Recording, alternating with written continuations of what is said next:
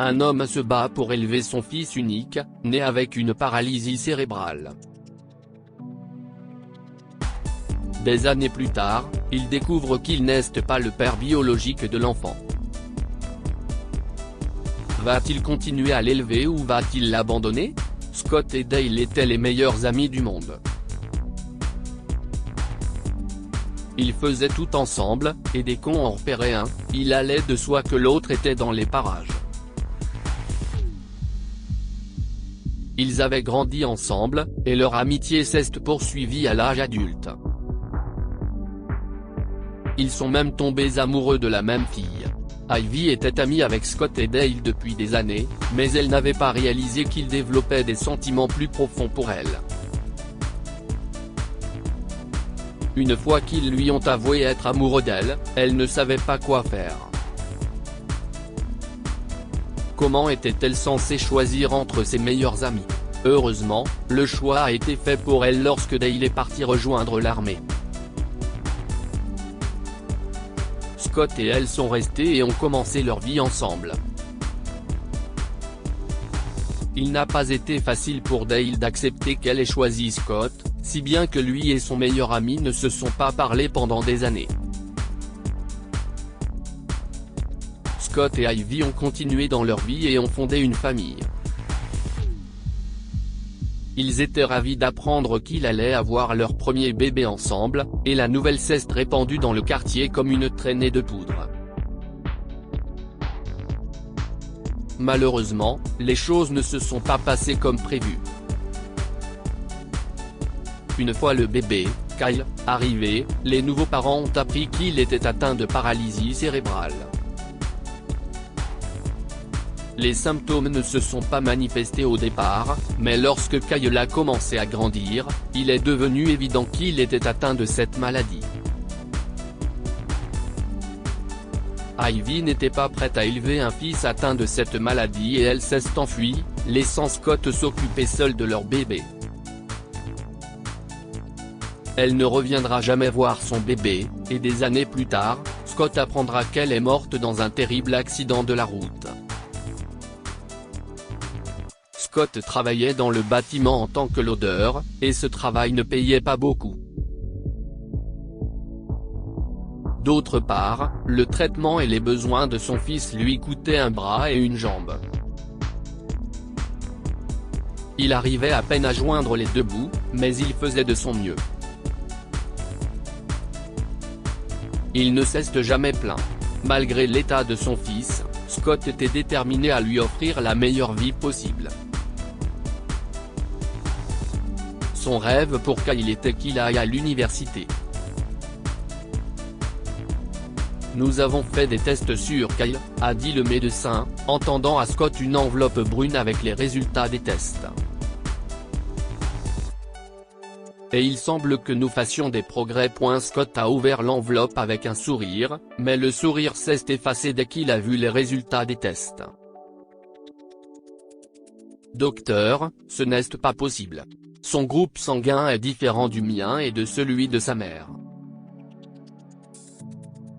Qu'est-ce que cela signifie? Vous êtes sûr?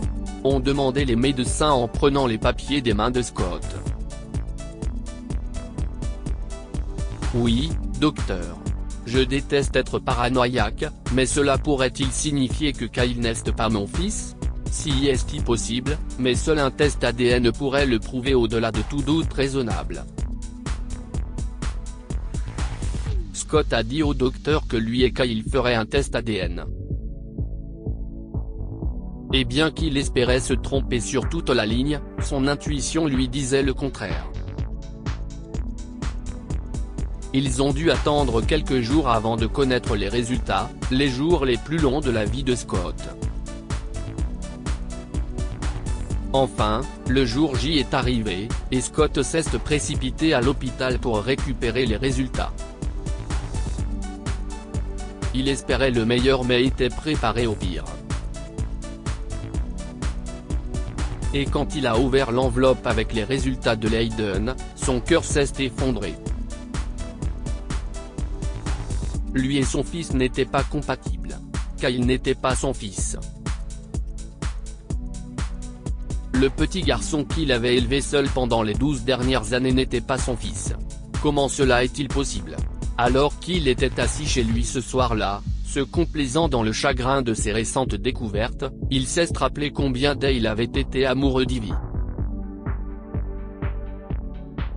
Aurait-il pu? Non, je ne pense pas que ce soit possible.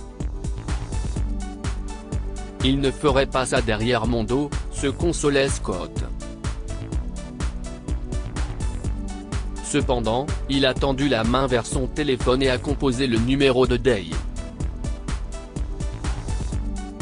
Cela faisait plus de 10 ans qu'ils ne s'étaient pas parlé, et il savait que son appel allait choquer Dale. Mais cela devait être fait. Bonjour, Dale, c'est Scott. Je sais que ça fait des années qu'on ne s'est pas parlé, mais j'ai besoin de te demander quelque chose. Scott? Quelle surprise! Comment vas-tu depuis toutes ces années? Les vieux amis ont conversé pendant un moment, rattrapant le temps perdu, et une fois qu'il était au courant de la vie de chacun, Scott a posé la question difficile. Dale, ça peut sembler inapproprié, mais est-ce que toi et Ivy avez déjà? Tu sais, j'ai fait un test ADN, et Kyle n'est pas mon fils biologique. Oh, Scott, nous l'avons fait avant que je parte pour l'armée, mais c'est à peu près tout. Eh bien, il est possible qu'il soit de toi. Dale est resté silencieux un moment avant d'admettre qu'un est fait, Kyle pouvait être son fils. C'était une vérité difficile à accepter pour Scott, mais quel choix avait-il? Cette nuit-là, Scott était allongé dans son lit, incapable de dormir.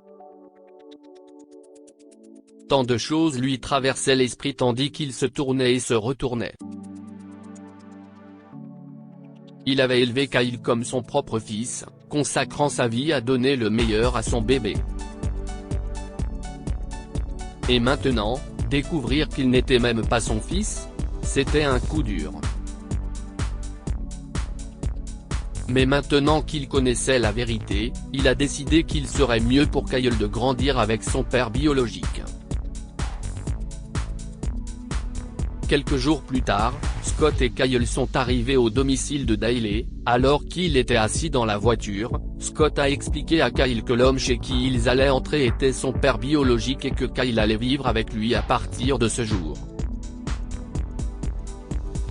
Une fois que Dale les a invités à entrer, les deux anciens amis ont parlé pendant un moment avant que Scott ne s'excuse et ne demande à partir. Il est sorti en trombe de la maison, est monté dans sa voiture et a commencé à partir. Mais alors, dans son rétroviseur, il a vu Kyle dans son fauteuil roulant, suivant la voiture et semblant crier. Il a immédiatement arrêté la voiture et a entendu Kyle appeler « Papa, ne me laisse pas ». Il savait que Kyle l'aimait, mais ces mots étaient inattendus, et ils lui ont fait monter des larmes de joie aux yeux. Il est sorti de la voiture et a couru jusqu'à Kyle, s'agenouillant devant le garçon. Il a serré Kyle dans ses bras et a pleuré sur son épaule. « Oh, Kyle, je suis désolé. Je ne te quitterai plus jamais. Je sais que tu n'es pas le mien biologiquement, mais tu es néanmoins mon fils, et je t'aime. » Au même moment, Dale sortit de la maison et découvrit la scène émotionnelle qui se déroulait. Il attend un moment avant de prendre la parole. « Je suis désolé, Scott. Je ne savais pas qu'Ivy avait mon bébé. Mais je suis prêt à rattraper le temps perdu. » Les deux amis ont convenu que, puisque Scott s'occupait déjà de Kyle, il continuerait à le faire, Dale s'engageant à payer tous les traitements de Kyle et même à ouvrir un fonds pour l'université. Ce fut un soulagement pour Scott, et les deux amis ont ravivé leur amitié. Quant à Kyle, qu'y a-t-il de mieux que d'avoir deux pères qui se soucient autant de lui? Que pouvons-nous apprendre de cette histoire? L'amour ne vient pas nécessairement de ceux auxquels nous sommes biologiquement liés. Alors qu'Ivy a abandonné son bébé en raison de son état, Scott est resté et l'a aimé même après avoir appris que Kyle n'était pas son fils biologique. Faites toujours du mieux que vous pouvez pour ceux que vous aimez. Scott s'est efforcé d'offrir à son fils une vie merveilleuse, malgré un travail au salaire minimum. Partagez cette histoire avec vos amis. Elle pourrait égayer leur journée et les inspirer.